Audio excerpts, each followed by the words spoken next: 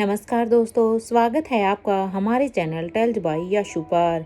यहाँ पर आपको मिलेंगी रोचक और सस्पेंसफुल कहानियाँ। अगर आपको यहाँ पर हमारी कहानियाँ पसंद आती हैं तो कृपया करके आप हमारी वीडियोस को लाइक करें, इसको अपने दोस्तों को साथ शेयर करें और साथ के साथ अपना कमेंट करना ना भूलें।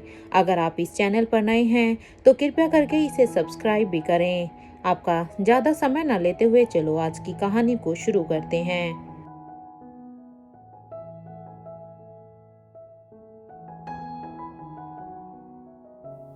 पिछले एपिसोड में हमने सुना था कि जहां पर अभी आयशा मारवा जब धनंजय की उस डायरी को पढ़ती है तो अब उसमें ये सीन आता है कि वहां पर जब करण स्वाति मल्होत्रा का व्रत खुलवाने के लिए यहाँ पर मल्होत्रा हाउस में आया था तब यशवंत को राजीव और धनंजय दोनों ही फोन करके बता देते हैं कि वहां पर करण गुलेरिया तुम्हारी बेटी के कमरे में आया हुआ है। ये सुनते ही तो यशवंत अब स्वाति मल्होत्रा के कमरे में आता है। तब तक स्वाति करण को वहां पर अपने बाथरूम में छुपा देती है। अब यहाँ पर स्वाति के पिता यशवंत उससे पूछते हैं कि क्या तुम्हारे कमरे में कोई चूहा घुस गया है। इस पर स्वाति ना में अपना सिर हिला देती है। तब यशवंत कहते हैं कि मैंने एक एक्सपेरिमेंट किया है, मैं बस वो दवाई लेकर आता हूँ, उससे तो अनचाहे जैसे भी जानवर हैं वो सब यहाँ से निकल जाएंगे। ये सब कहते हुए वो वहां पर स्वाति के कमरे से निकलकर चला जाता है। कुछ ही देर में अब यशवंत मल्होत्रा वापिस से अपने हाथ में एक छोटी सी बोतल को लेकर आता है और फिर वो अब सबसे ही कहते हैं कि चलो अब सभी बाहर निकलो। इधर स्वाति के रूम में इतना कहने के बाद अब यशवंत मल्होत्रा बालकनी के दरवाजे को अच्छी तरह से लॉक कर देता है ताकि उसमें से करण गुलेरिया भाग ना पाए। और यहाँ पर वो अब सभी को यहाँ से बाहर निकाल देता है। अब उसके कहने से सभी बाहर निकल गए थे तो अब उसने स्वाति के रूम में अब उस केमिकल को डालकर उसके रूम के दरवाजे को बाहर से बंद कर देता है। वहीं दूसरी तरफ अब तक बाथरूम में बंद करण गुलेरिया को अब खांसी आने लगती है। खुद को करण बहुत ही संभालने की कोशिश करता है लेकिन खुद को बहुत ही संभालने के बाद भी उससे अब संभलना बहुत ही मुश्किल हो रहा था। इसलिए अब वो जल्दी से खांसते हुए बाथरूम से बाहर आ जाते हैं। पहले वो बालकनी की तरफ जाते हैं तो वो देखते हैं कि बालकनी की तरफ से अब दरवाजा बंद हो गया था। इसके बाद अब वो स्वाति के रूम के दरवाजे के पास आकर अब उसे जोर जोर से खोलने के लिए कहते हैं क्योंकि करण का वहां पर दम घुटने लगा था। उसका खास कर बहुत ही बुरा हाल हो गया था। कुछ ही देर में अब दरवाजा जब करण पीटते हैं तो अब उनमें दरवाजा खुलता है तो वो सामने स्वाति की पूरी ही फैमिली को देखकर अब करण एकदम से हैरान हो जाते हैं क्योंकि यशवंत ने प्लान ही कुछ ऐसा बनाया था कि अब करण सबके सामने एक्सपोज हो गया था। लेकिन वो जब भी यशवंत मल्होत्रा की आंखों में देखते तो उन्हें अब अपने लिए उसकी आंखों में साफ साफ गुस्सा नजर आ रहा था क्योंकि यशवंत को देखकर ऐसा लग रहा था जैसे वो करण की हरकत पर उससे बहुत ही नाराज हैं। यहाँ अब यशवंत को इतने गुस्से में देखकर अब करण अब उससे अपनी नजरों को चुरा रहा था और अब वो स्वाति को देख रहा था कि अब वो उसके सपोर्ट में कुछ कहे क्योंकि करण ये अच्छी तरह से जानता था कि अगर ऐसे में अब उसने स्वाति के पापा को कुछ भी कहा तो पता नहीं वो उस पर क्या ही रिएक्ट करेंगे। इसलिए अब एक स्वाति ही है जो उसके आज बचा सकती है। लेकिन स्वाति तो यहाँ पर अपनी नजरों को झुकाए ही खड़ी थी क्योंकि स्वाति भी करण के फेवर में अब कुछ भी नहीं कहती। यहाँ यशवंत मल्होत्रा अब कहते हैं कि आप यहाँ पर क्या कर रहे हैं मिस्टर करण गुलेरिया, आपका यहाँ पर क्या काम है और वो भी मेरी बेटी के कमरे में। उनकी बात का जवाब देते हुए अब करण कहता है वो मुझे स्वाति से कुछ नोट्स चाहिए थे काम से रिलेटेड तो मैं बस वही लेने के लिए यहाँ पर आया था।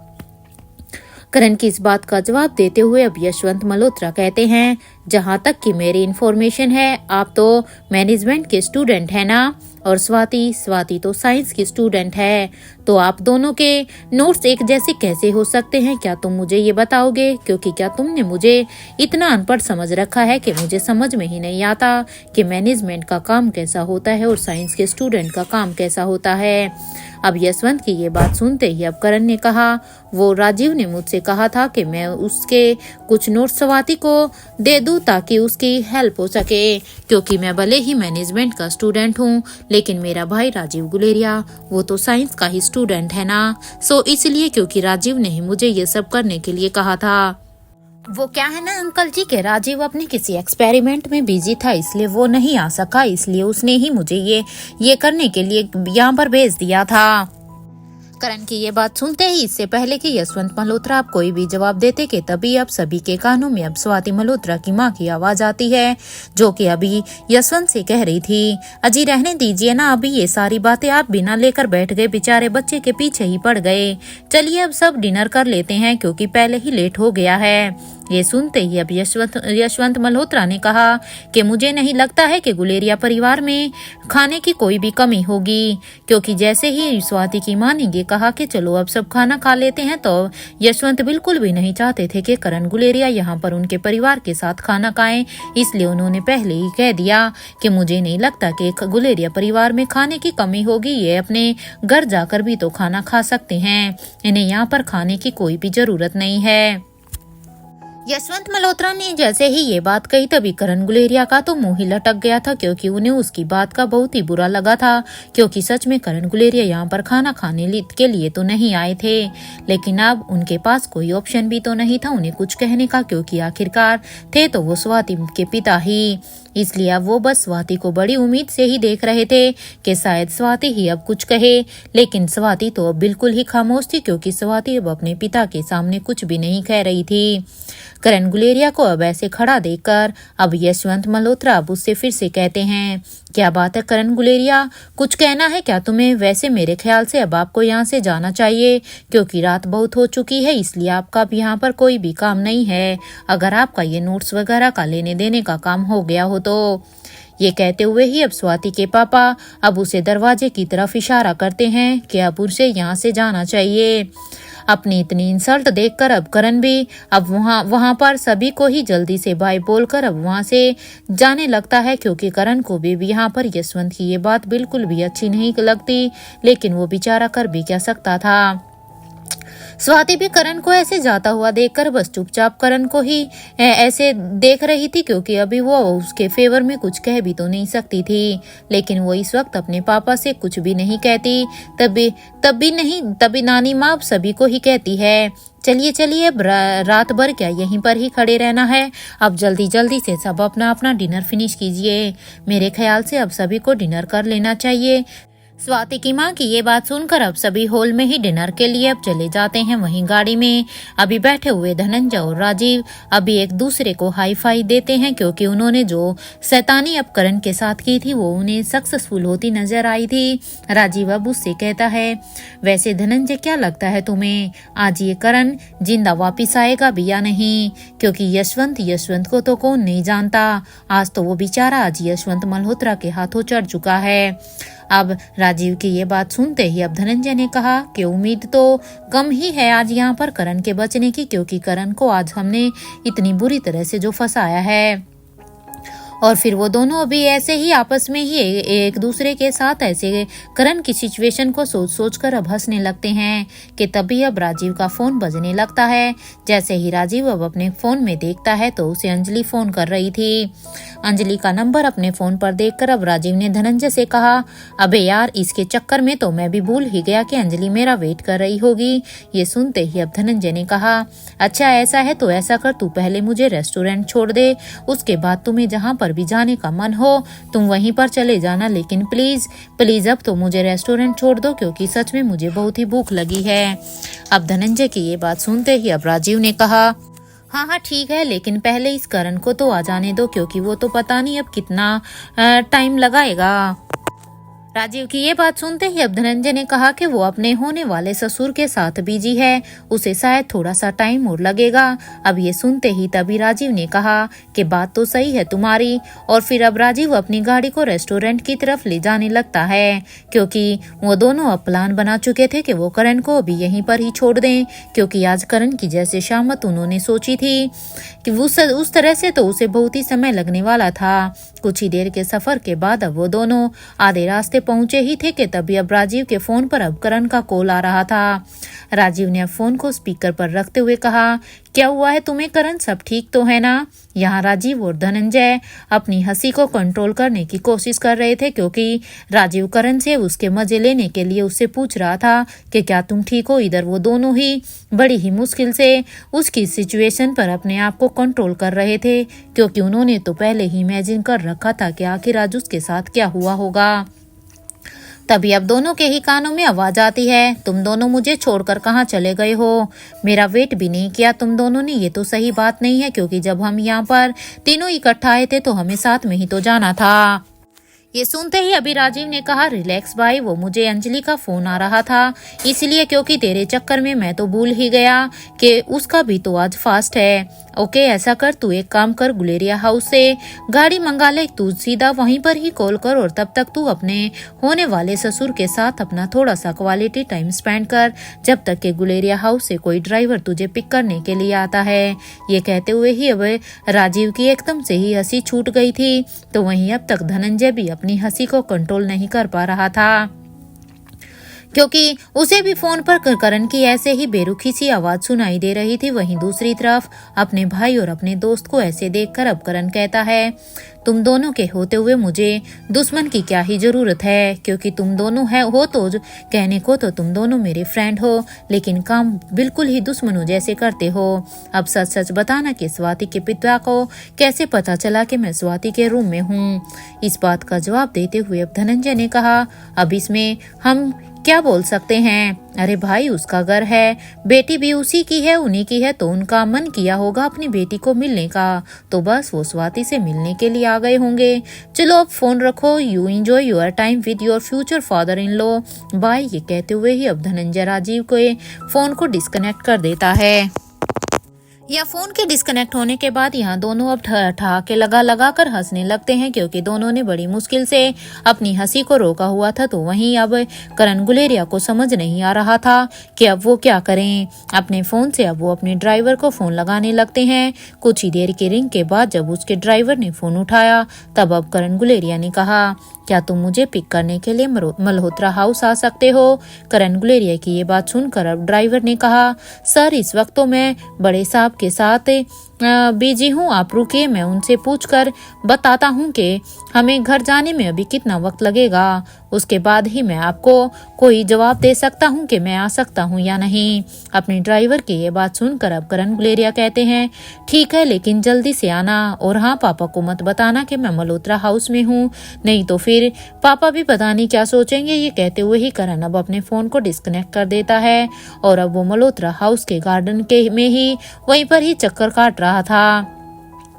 करण को यहाँ पर भूख जोरों की लगी हुई थी, क्योंकि करण ने भी आज स्वाति के लिए सुबह से ही व्रत रखा हुआ था, लेकिन आज उसकी रात ऐसे खत्म होगी उसे नहीं, आज उसका दिन ऐसे खत्म होगा उसे भी नहीं पता था।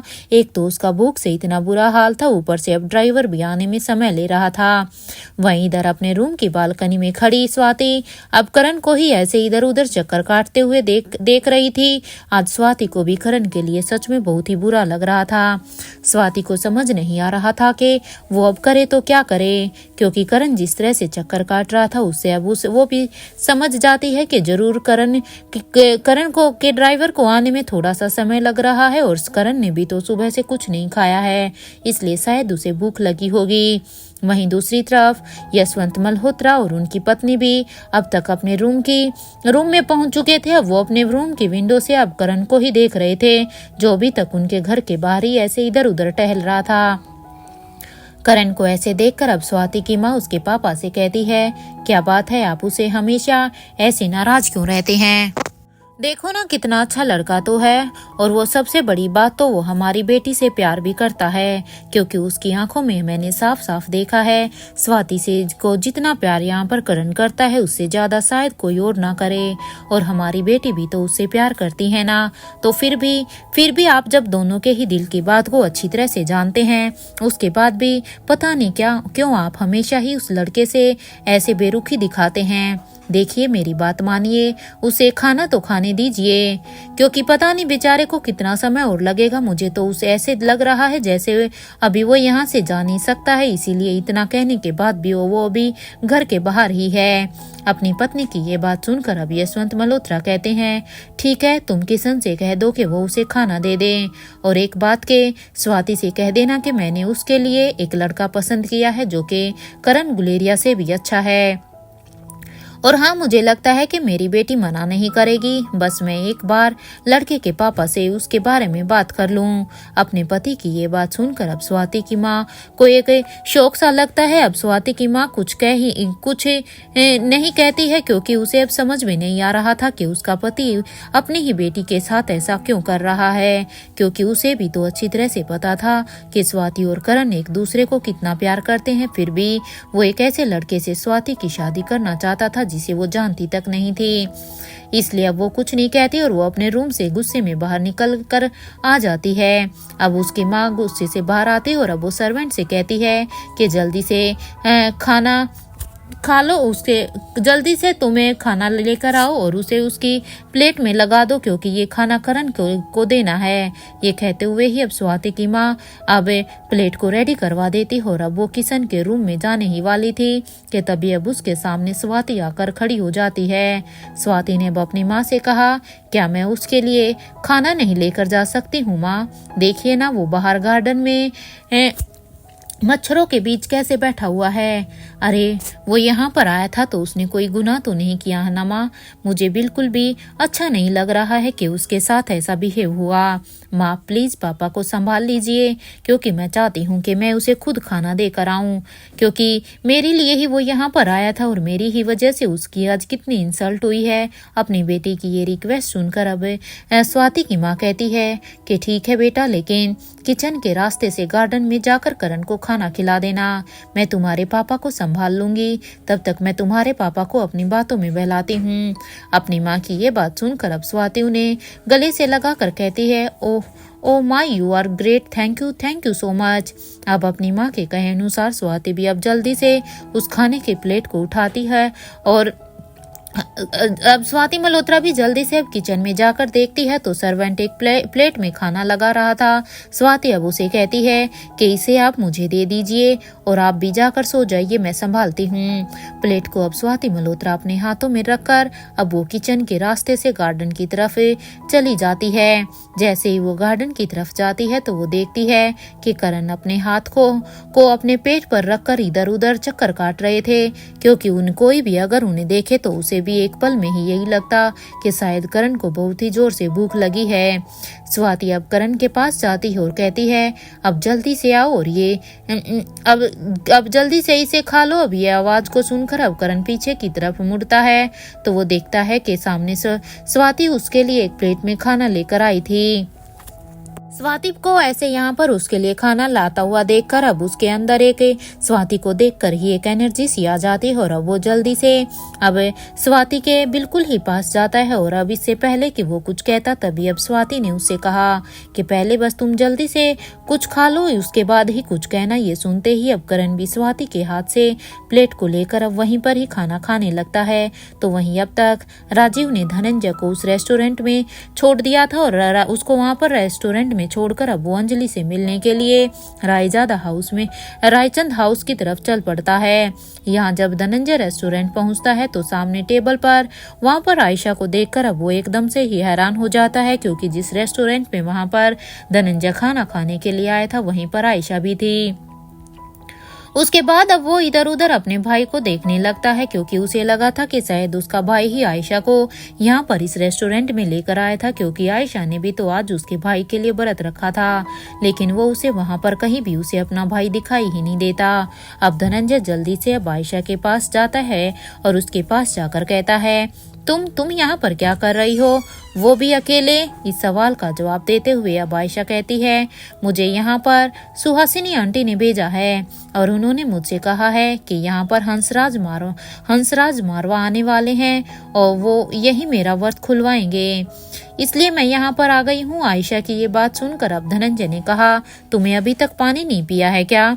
अब ये सुनते ही अब आयशा ना में अपना सिर हिला देती है। अब आयशा की ये बात सुनते ही अब धनंजय ने टेबल पर रखा हुआ गिलास को उठाकर अब वो आयशा को देते हुए कहा कि देखो, माँ का समझ में आता है वो थोड़ा सा पुराने ख्यालात की है, लेकिन तुम्हें क्या हो गया है? तुम्हारी अभी तक शादी नहीं हुई है, उसके साथ तो तुम खुद से भी अपना फास्ट खोल सकती हो, क्योंकि इसके लिए जरूरी नहीं है कि यहाँ पर हंसराज का ही होना जरूरी है। अगर हंसराज यहाँ पर नहीं आया तो क्या तुम ऐसे ही भूखी प्यासी बैठी रहोगी? और वैसे भी ये तुम खुद ही सोचो, अगर तुम्हारी शादी हो चुकी होती तो फिर तो शायद तुम ये सोच सकती थी कि हंसराज ही तुम्हारा व्रत खुलवाता, लेकिन ये व्रत तुमने अपनी मर्जी से रखा है और अभी शादी भी नहीं हुई है, तो तुम अपना व्रत अब खुद खोल सकती हो। इससे पहले कि आयशा इस बात का कोई भी जवाब देती, तभी धनंजय ने पानी के गिलास को उसके मुंह के पास रख दिया। आयशा ने भी अब अपना मुंह खोलकर पानी को पी लिया। पानी पीने के बाद अब आयशा धनंजय को थैंक यू कहती है कि तभी अब धनंजय को भी अब अचानक से एक खांसी आने लगती है, तो आयशा भी अब जल्दी से पानी के गिलास को उठाकर अब अपनी जगह से उठकर अब जल्दी से धनंजय के पास आ जाती है और वो उसकी पीठ को अब सहलाते हुए उसे पानी पिलाने लगती है। कुछ ही देर में अब दोनों ही नॉर्मल होकर अपनी अपनी जगह पर अपनी चेयर पर बैठ जाते हैं। अब धनंजय आयशा से कहता है, बताओ क्या खाना पसंद करोगी तुम। धनंजय की ये बात सुनते ही आयशा अपनी पसंद की चीजें बता देती है, तो अब धनंजय भी वेटर को अपने पास बुलाता है और उसे जो आयशा ने उसे खाने के लिए बोला था वो ऑर्डर दे देता है। कुछ ही देर में दोनों अब अपना फूड वहां पर एंजॉय करने लगते हैं। तो वहीं अब राजीव भी अभी रायचंद हाउस पहुंच गया था। तो जैसे ही राजीव वहां पर रायचंद हाउस पहुंचा, उसने देखा कि गार्डन में अंजलि उसी का ही वेट कर रही थी। वो भागते हुए अब वहां पर पहुंचता है और अब वो अंजलि को सॉरी बोलने लगता है।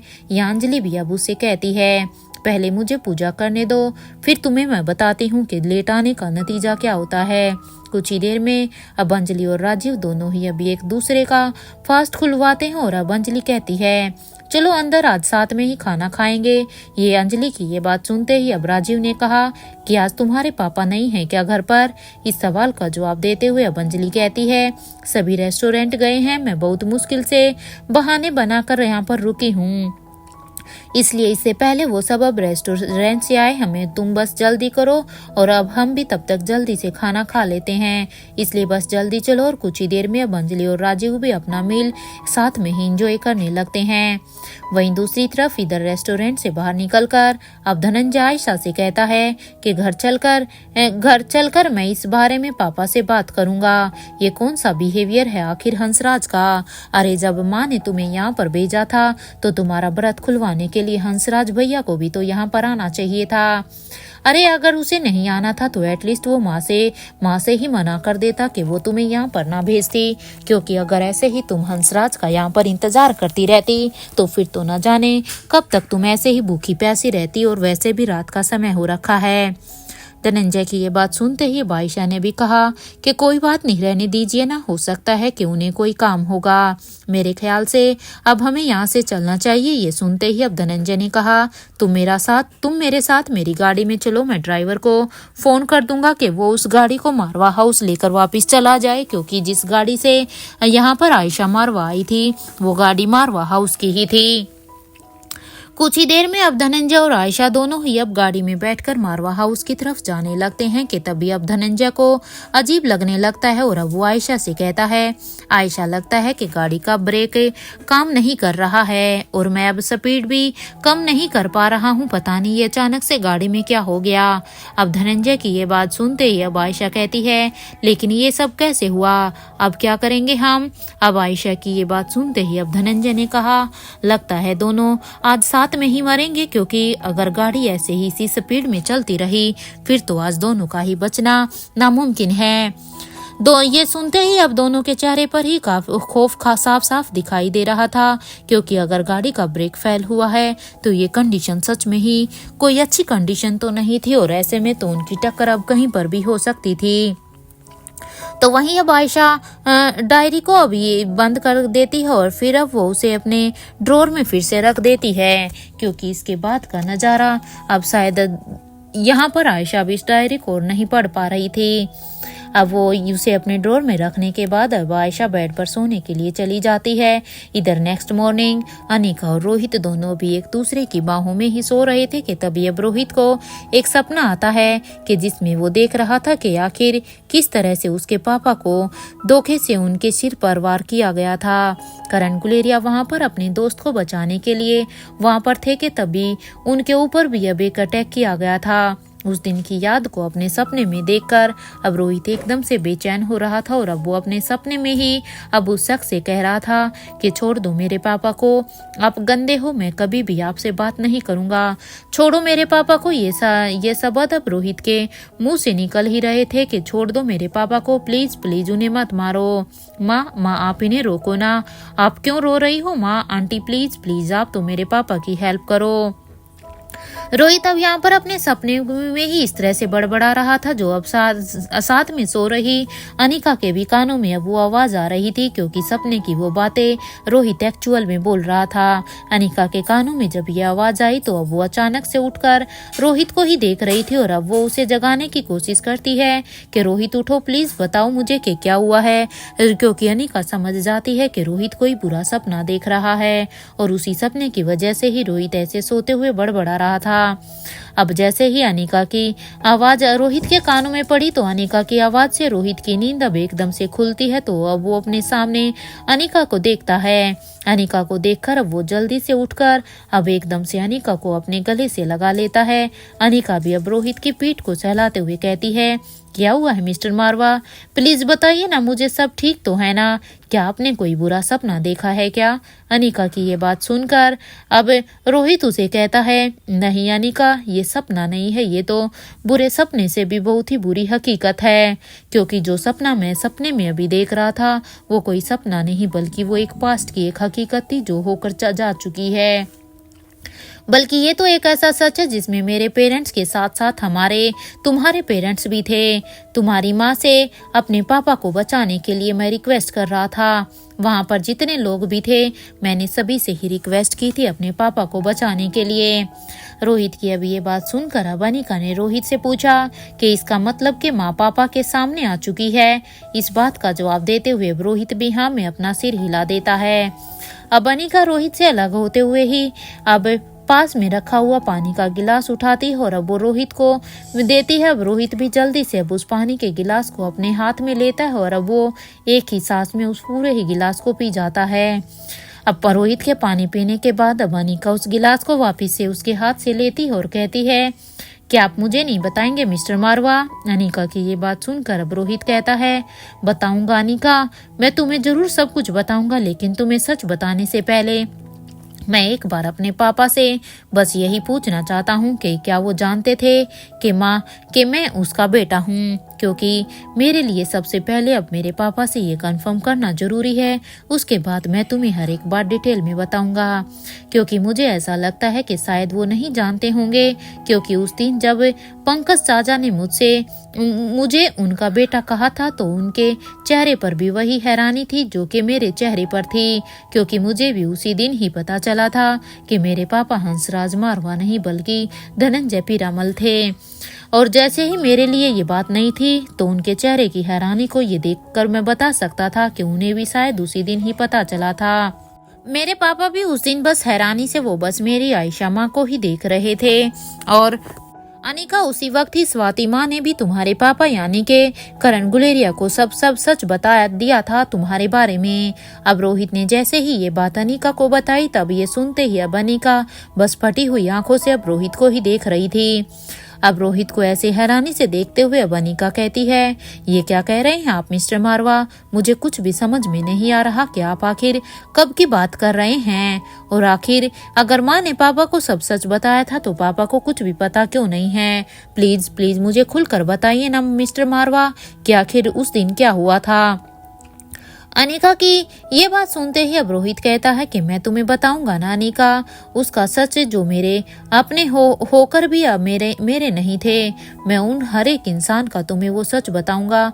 ये कहते हुए ही रोहित अब एकदम से ही खामोश हो जाता है। रोहित को ऐसे खामोश हो देखकर अब अनिका कहती है, टेक योर टाइम मिस्टर मारवा, लेकिन हाँ मैं इस बात को जरूर जानना चाहूंगी कि आखिर ऐसा क्या हुआ था कि माँ और पापा दोनों मिलकर भी नहीं मिल पाए, क्योंकि अगर आपके कहे अनुसार अगर माँ ने पापा को सब कुछ बता दिया था तो इसका मतलब ये है कि पापा को पता है कि माँ जिंदा है, लेकिन अगर उन्हें ये पता है कि वो जिंदा है तो फिर भी वो दोनों एक साथ क्यों नहीं है।